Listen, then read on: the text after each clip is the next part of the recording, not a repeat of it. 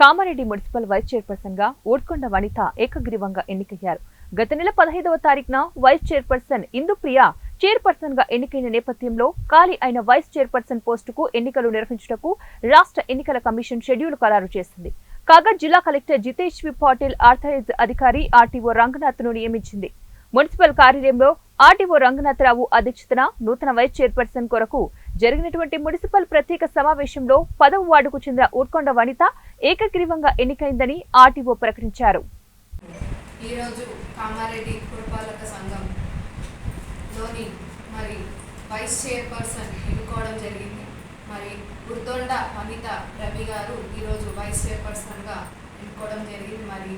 పెద్దలు ఆశీస్సులతోటి మా ప్రభుత్వ కాంగ్రెస్ సీఎం రేవంత్ అన్న గారికి, అలాగే మన ప్రభుత్వ సలహాదారులు షబ్బీర్ అన్న గారికి, అలాగే మా పెద్దలు డిసిసిసి కైలాస్ సీనన్న గారికి, ప్రతి ఒక్క పెద్దలందరూ కూడా నేను చైర్పర్సన్గా, అలాగే ఊడ్కొండ వనితక్క గారు వైస్ చైర్పర్సన్గా ఎన్నుకోవడం జరిగింది. పెద్దల యొక్క ఆశీర్వాదం, అలాగే మా తోటి కౌన్సిలర్ల యొక్క ఆశీర్వాదంతో ఈరోజు మేము ఇలా ఉండడం జరిగింది పదవిలో. మా ఇద్దరు కూడా పెద్ద పదవిలే అప్పచెప్పినందుకు ప్రత్యేక ధన్యవాదాలు తెలియజేస్తూ, ఏదున్నా కానీ మాపై నమ్మకం ఉంచి మాకు పదవిలు ఇచ్చినందుకు ఈ యొక్క పదవి కాలం మాకు 9 months ఉంది. తప్పకుండా హార్డ్ వర్క్ చేస్తాము. ప్రజలకి అందరికి కూడా ఏ ఒక్క అవసరం ఉన్నా కానీ అందుబాటులో ఉంటామని తెలియజేస్తున్నాము. ఇప్పుడు కోడ్ ఉండడంతో మేము మేజర్గా రోడ్స్ కానీ, డ్రైన్స్ కానీ, స్ట్రీట్ లైట్స్ సంబంధించిన ఏమున్నా కానీ డెవలప్మెంట్ చేసుకుంటాము అని, మంచి సర్వీస్ ఇస్తామని తెలియజేస్తున్నాం. మ్యాక్సిమం అప్పు అయితే క్లియర్ చేస్తాం. ఇక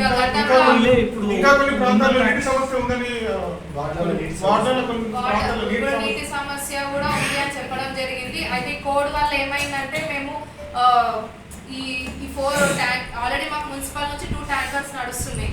మేము రాగానే వెంటనే కలెక్టర్ సార్ దగ్గర నుంచి ఒక 5 ట్యాంకర్స్కి అప్రూవల్ తీసుకొని ఇప్పుడు వార్డ్ వైజ్గా అయితే మేము మ్యాక్సిమం సర్వీస్ డిస్ట్రిబ్యూట్ చేస్తున్నాం వాటర్కి. అండ్ ఇప్పుడు మాకు మొన్నటిదాకా కూడా మెగా టీమ్ వాళ్ళు రావడం జరిగింది. నెక్స్ట్ వచ్చే సమ్మర్లో కూడా ఎటువంటి వాటర్ సమస్య రాకుండా పైప్ లైన్ కనెక్షన్స్ అవన్నీ చూసుకొని ఎక్కడెక్కడైతే వాటర్ ట్యాంకర్స్ కట్టాలో అవి కూడా వాళ్ళు సర్వే చేస్తున్నారు. ఇప్పుడు మళ్ళీ వచ్చే ఎండాకాలం వరకు ఎటువంటి ప్రాబ్లం రాకుండా చూసుకుంటామని తెలియజేస్తూ, ప్రజెంట్ ఇప్పుడు సమ్మర్లో అయితే మేము సర్వీస్ మన మున్సిపల్ నుంచి ఎటువంటి సర్వీస్ ఇవ్వాలో, అంటే ప్రజలకు ఇబ్బంది కాకుండా అయితే సర్వీస్ అయితే ఇస్తున్నాం. ఎవరు కాల్ చేసినా వార్డ్ వైజ్గా వాళ్ళ దగ్గర ట్యాంకర్లను కూడా పంపించడం జరుగుతుంది. ఇంటి ట్యాక్స్ అన్ని ప్రజలకు అవగాహన ఉన్నది. వాస్తవమైన డబల్ చేస్తున్నారు, ఇప్పుడు ఉన్న ట్యాక్స్ని డబల్ చేస్తున్నారని రాష్ట్ర ప్రభుత్వం నిర్ణయించిన దానికన్నా ఇక్కడ లేదు. నార్మల్గా రూల్ ప్రకారంగా ఎట్లా పెట్టాలనేది అట్లనే పెడుతున్నాం. అది కూడా మన ఎమ్మెల్యే సార్ యొక్క ఆదేశాల మేరకు మేము నోటీసులు కూడా ఇవ్వడం జరుగుతుంది. సార్ యొక్క ఆదేశాల మేరకే మేము నోటీసులు ఇచ్చి ట్యాక్సులు కూడా కలెక్ట్ చేయడం జరుగుతుంది. ఎందుకంటే మా గౌరవ ఎమ్మెల్యే సార్ రూల్ ప్రకారమే మనము ఏదైనా ముందుకు వెళ్ళాలని మా కామారెడ్డి ఎమ్మెల్యే రమణారెడ్డి గారు చెప్పడం జరిగింది. సో అదే రూల్ ఫాలో అయ్యి మేము ప్రతి ఒక్కరికి ఎవరైతే ప్రశ్నిస్తున్న వాళ్ళందరికీ కూడా మేము మా గౌరవ ఎమ్మెల్యే గారు ఇచ్చిన నోటీసులు మేము చూపించడం కూడా జరుగుతుంది. ఇప్పుడు దాకా దాదాపు ఒక 50% ఆస్తులు కబ్జాలు.